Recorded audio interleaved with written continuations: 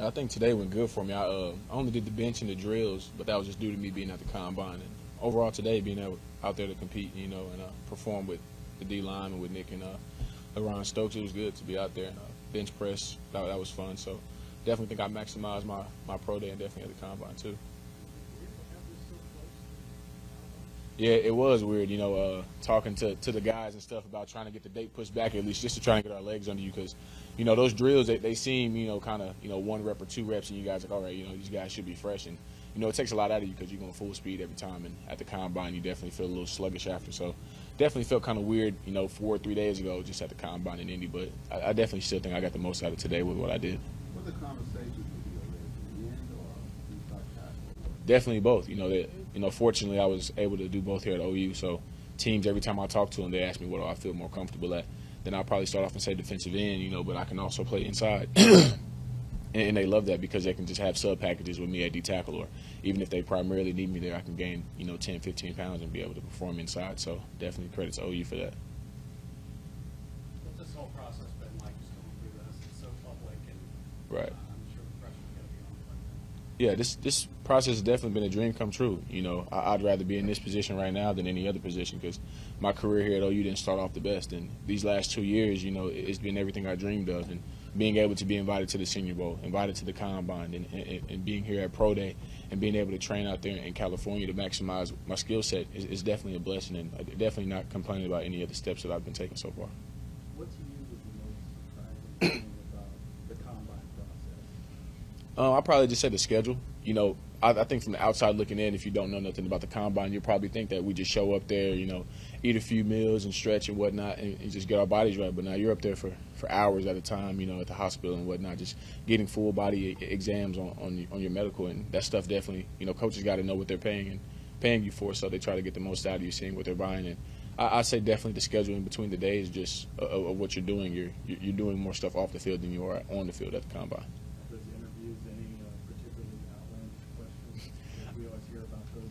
Nah, for me, fortunately, I got pretty smooth interviews. Guys asking me straightforward questions about the process, coaching changes and whatnot. And my time at Oklahoma, outside of that, I didn't have no wild questions or no curveballs at me. Do you think the perseverance that you showed here is something that's helped you? Oh yeah, most definitely. Yeah, definitely. So I say something all the time. I say adversity defines true character.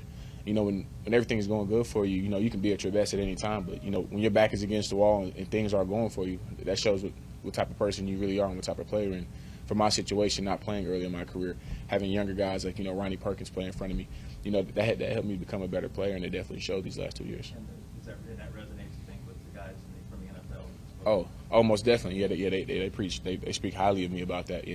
Being able to play inside and out and overcoming all the stuff I went through. So they love it. Having staff turnover, this is a pretty big day for all you guys. Right. Were you curious kind of how this was going to be run, if it was going to, set you guys up for success? Did you have any discussions with anyone about all those Right. things? So only discussions I really had was with my trainer out there in Exos and my defensive line coach down there at Exos. They were asking us, like, who's going to be out there running the stuff, or how is it going to be? Do you guys know what drills you're doing and whatnot? So we had several conversations at the beginning, and we just talked to Drew Hill about it, and, he kind of had a plan set out for us, and we trusted his plan. And the drills that we did weren't things that we haven't seen before and things that we were capable of doing, like we showed out there today. So kind of at first it was kind of hectic and kind of like, that's why I said earlier we were trying to push it back just to be sure of what we were doing, but it ended up being what we expected it to be. Did you get a chance to talk to Schmitty and Brand a little bit about, Yeah. just coming in here and working out? Yeah, I did actually. So, Brent, obviously, you see him on Twitter shouting us out and whatnot, and that's just not for recruiting purposes or just for media purposes. That's like he genuinely cares, and he'll reach out to us individually. Got to talk to him and got to talk to Smitty about, the plan from, up to the pro day. And even after, Josh Norman texts us all, asks us, send us his text and tell us when we want to come up here and whatnot, and he'll organize it with Smitty. So they treat us like we played for them.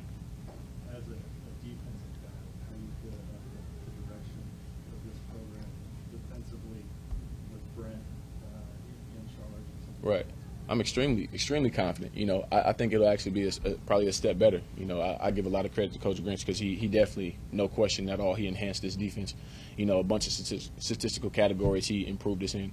And other than that, I got to talk to Coach Todd Bates yesterday, one-on-one in his office, and his plan of approach with the defensive tackles. Coach Chavez, man, him as well, and Brent Venables as well, man. Just how they're running this program, it's a tight knit group, and I don't see any fall off at all. Right. I mean, seeing everything change, it's crazy because it's like day and night, but in its own good way. Riley had his way of doing things, and Brent has his way of doing things, and there's a lot of significant changes in a lot of different areas you see. But I mean, Coach Riley had his success, and I know Brent will have his success. There's a bunch of different ways how to fix a situation or handle situations, and Brent's handling it his way, and I think it'll go just as smoothly, and if not better than what it was before. You get a sense of the level of anticipation, excitement from the guys coming Oh yeah. back. Oh yeah, most definitely. Yeah. So, being at the workouts with guys like Perrion Winfrey, Tyrese Robinson, and Marquise Hayes, and seeing the guys out there on the field, out there during coaching stations, and seeing how tight it is, and we're just like excited, like I'm trying to see how this is going to turn out, trying to see how next season is going to play out. And at first, I was kind of saying to myself when people ask me, how's Oklahoma going to be? And when I first got asked that, I was saying I give Brent a year or two, get his recruits in, get these guys in order and whatnot. And now I just give them a month or two. It's crazy to see the how far advanced these guys are off of 2-3 months off of coaching changes. Anything else right there? How much of a relief is it? Just, I know you never have to run a 40 again. Man. You spent so much time out in San Diego preparing for this.